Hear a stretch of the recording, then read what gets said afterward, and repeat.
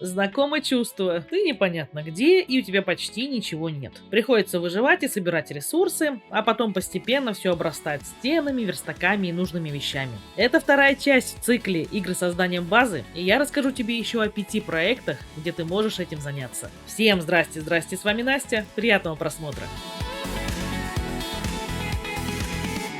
Green Hell – это хардкорный симулятор выживания близ Амазонии, где тебе буквально приходится бороться за жизнь каждую минуту. Ты оказываешься в густых опасных джунглях, без нормального снаряжения и должен выживать, используя реальные методы. Нужно добывать еду, искать воду, создавать инструменты, строить укрытия, защищаться от диких животных и враждебных племен. Даже обычная рана может стать смертельной, если вовремя ее не обработать. Одна из ключевых особенностей игры – реалистичная система здоровья. Тебе придется осматривать свое тело, вытаскивать паразитов, лечить инфекции и следить за состоянием стояния. Green Hell предлагает не только свободное выживание, но и полноценную сюжетную кампанию. Ты играешь за антрополога, который ищет свою пропавшую жену, постепенно раскрывая мрачные тайны джунглей и собственного прошлого. Помимо этого есть режимы для одиночного выживания и кооператив, где можно играть с друзьями. Постройте простое убежище или создайте полноценную базу, разводите животных и полностью обустройте свое относительно безопасное гнездышко. Интересный факт. В игре можно сойти с ума от одиночества, и тогда персонаж начнет видеть галлюцинации и слышать голоса. Это напрямую влияет на геймплей и может привести к гибели, даже если ты физически здоров.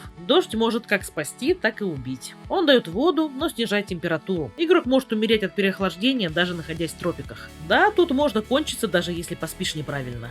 Кентум.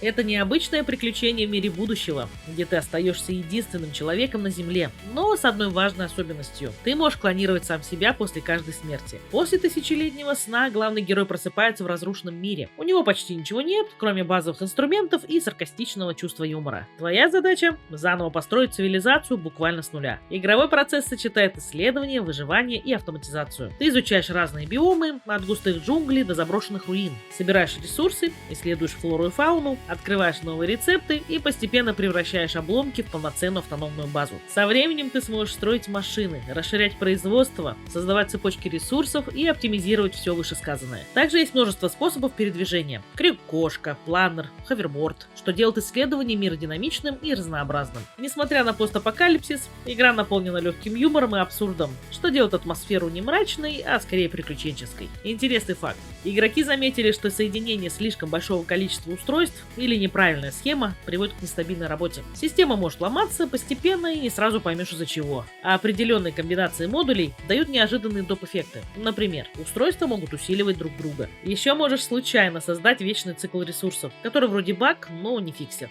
Whisper of the Swallows.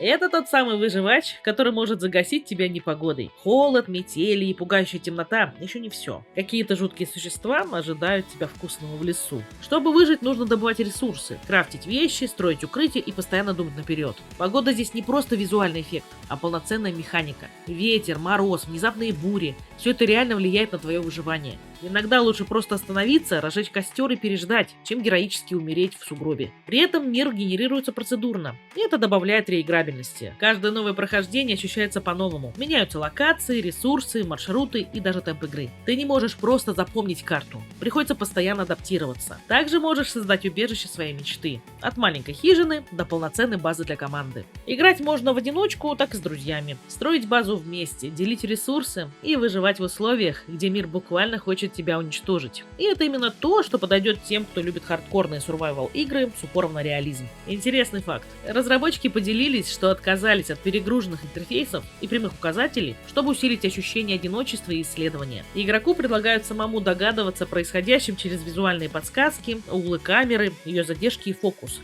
когда они меняются в определенных местах, как будто направляя внимание на важные детали, которые легко пропустить. Rust.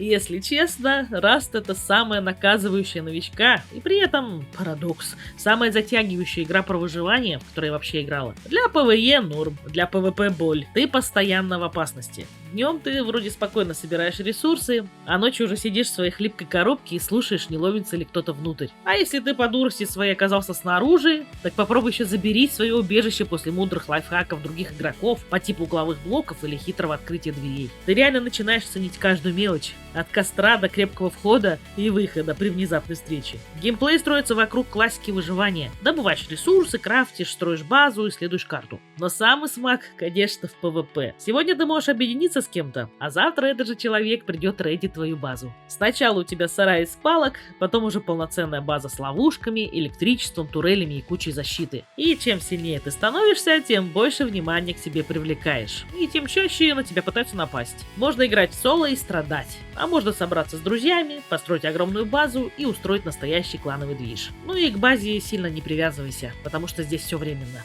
Интересный факт. Раст начинался как духовный наследник DayZ зомби, но со временем полностью ушел в сторону песочницы без правил. Гарри Ньюман, основатель Face Punch, прямо говорил, что люди ведут себя страшнее любого ИИ. Еще комьюнити обнаружила, что по шагам можно определить тип обуви, по звуку удара материал стены, по перезарядке тип оружия. Это стало отдельным скиллом у опытных игроков. Project Zomboid. Появившись в зараженном городе без ничего, сразу понимаешь одно. Это история о том, как быстро ты кончишься. Тебе нужно постоянно следить за состоянием персонажа. Голод, жажда, усталость, болезни, стресс – все влияет на выживание. Даже такие мелочи, как шум, свет или открытая дверь, могут привести к тому, что к тебе придет толпа зомби. Они не быстрые, но их много, и они реагируют на звук и видимость. Ты сам решаешь, как играть. Можешь укрепить дом, забить окна досками и жить тихо, постепенно выращивая еду и запасаясь ресурсами. А можешь исследовать города, искать оружие, медикаменты и редкие предметы. Есть транспорт, крафт, строительство, готовка, рыбалка и прокачка навыков, которые развиваются по ходу парохода. Карта большая и есть где развернуться. Разные города, дома, магазины и базы, которые можно превратить в убежище. Также в игре работает система дня и ночи. Отключается электричество и вода, меняется погода, приходит зима, и выживать становится сложновато. Можно играть одному или в кооперативе, если ты хочешь максимально реалистичный выживач без поддавков. Интересный факт. В игре есть полностью настраиваемый режим песочницы, где ты можешь изменить практически все. От количества зомби до их поведения, скорости и даже интеллекта. Если будешь шумным, зомби начнут патрулировать те зоны, где ты был. Еще на старте игроки обнаружили, что если смотреть ТВ, в первые дни можно получить буст к опыту. И не копи мелкие проблемы. Чревато загрузочным экраном. Колись. В какой игре есть база, которой ты гордишься? Обязательно пиши в комментариях. Если тебе захотелось во что-то вернуться, то моя миссия выполнена. Подписывайтесь на канал, кто не подписан, ставьте лайки, пишите комментарии. А главное, берегите себя и берегите свое здоровье. С вами была Настена. Всем пока-пока.